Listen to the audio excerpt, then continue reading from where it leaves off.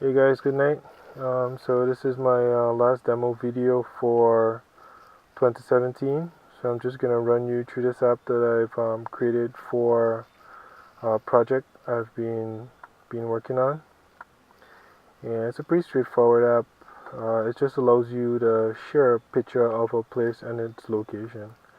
So I set it up where you can sign in with your email address and email address. I'm not validating. I'm not gonna use it for anything. This app is mostly for demo purposes and portfolio purposes. So, but I thought you guys could check it out because, A, I want your feedback, and B, I want to see, what stats I can get from the Android store when I push application through and so forth. So right now it's in the beta stream. I'm going to include the link to it so you can download it and become a beta tester for this particular app. As always, I'm going to also include the link to the repo so you can see all the code so you can make sure there's no malicious code that's going to be running on your device or anything like that. So you can sign up. You just hit switch to sign up and you can create an account right here. Once you have your, when you sign up, it'll take you straight into the application. Or if you've already signed up, you can do like me and sign in with your test account.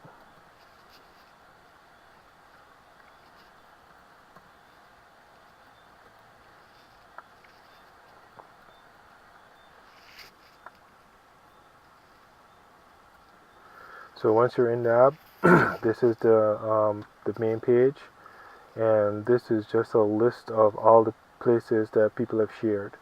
So currently I only have two things in here, two tests, and you can select and it will show you the image of the location and pinpoint the location in the map. You can also delete from this point. It's mobile device friendly, so you switch orientations and it adapts. Excuse me. And yeah, that's about it for this particular page. Um, but as you can see, displays the name of the location, image of the location, and then pinpoint the location on the map. Now, to share a location, you just hit the share place button right there in the tab navigation, and then you can take a photo using Google's wonderful simulated photo software. And then you can pick a place. So I just have this set to Georgetown in general, right? But whenever you hit the, and you can click on the map and just point them. It'll mark different places. So what you can do is just hit locate me, and it'll take you directly to where you are. Now, because I'm running this on a virtual device, it won't give me my actual location. It'll take me to the Googleplex. But when you're running it on your device, it will take you to your actual location. And then I can give this place a name.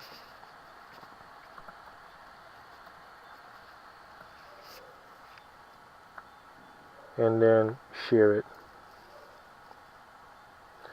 Once I complete, it takes me back to the main page here where I can see the place I just shared and the location on the map.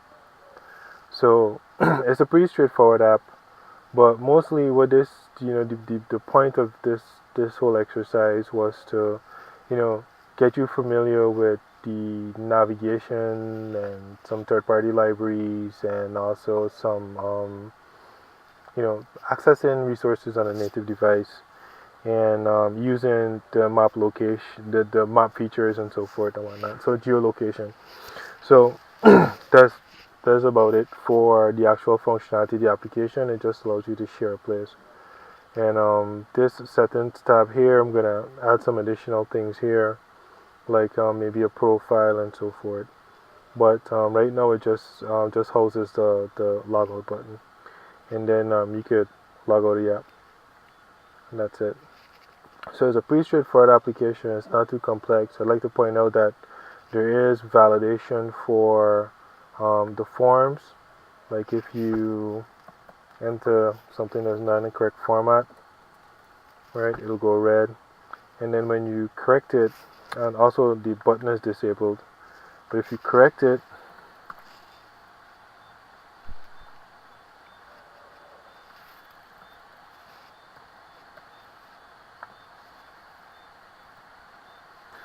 then everything goes white. So that provides for a better user experience. You get direct feedback, letting you know what's going on, whether you're typing things in the right format, and so forth. So that's it for the app itself. As I mentioned, I'm gonna share the link in the video. I'm gonna share the link for the beta for the application with the video. Um, and now I'm gonna kind of talk to the developers that might be looking at this, who might be interested in some of the back end of the app. So in particular, I'm just gonna give a little bit of run through about a new feature that I'm using right now called Cloud Functions. And there's a new Firebase feature that allows me to create API endpoints and store them on Firebase and basically run them on Firebase, using Firebase as like my local server. So I can build API endpoints and upload them and store them, upload them and run them on Firebase and use them to execute different functions that I might want for my app or functionality that I might want to offload. So currently the things that I'm offloading is deleting the image and storing the image. So the image is stored on Firebase, and each of the images are associated with a particular place. So, you know, whenever I click on delete, instead of me running some complex JavaScript on my application site to delete the image from Firebase because it's not actually stored in local device, it's stored remotely, I've created a function, a cloud function, that does that. It looks for the associated image and deletes it. And it also stores the image as well. Whenever I hit that share button, it calls the API and then uploads a base64 string of the image that gets stored on Firebase. And all of that is cloud functions.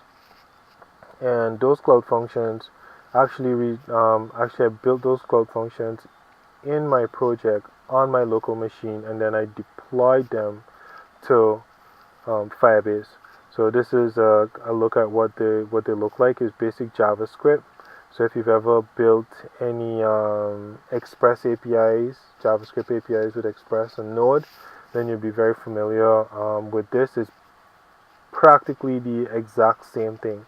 But what this allows you to do is offload functionality, and complexity onto Google servers. So for the most part, why I like Firebase is because it allows me to be independent as a developer. I don't have to have another person that works on the back end or spend a lot of time building out the back end and whatnot.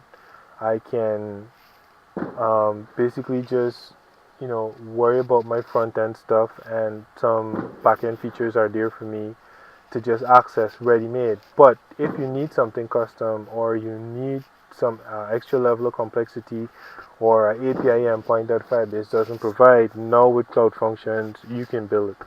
So all that stuff is there. So the database as well is Firebase, and it's pretty straightforward document store. So if you're familiar with MongoDB or anything like that, you shouldn't have any problems getting familiar with Firebase real-time database. So I'm away from the Wi-Fi hotspot right now. I'm in the car, so everything's gonna take a little bit longer to load. So this is what I'm storing: just the image URL itself, the image path, which I use to reference the image when I'm gonna delete it, and so that's consumed by that cloud function, and then latitude and longitude of the area the place that you've selected. So when you click on locate me, or you click on the map, it actually stores the latitude and longitude of that location in the database. So and then authentication. So authentication is here, and all the users that have signed up and so forth. You can add a user, delete a user, that sort of thing. So that's about it. Enjoy what's left of your. Well, actually, when this video is out, it's probably going to be 2018. So enjoy your 2018. All the best for the new year to you and your family. And that's it for me.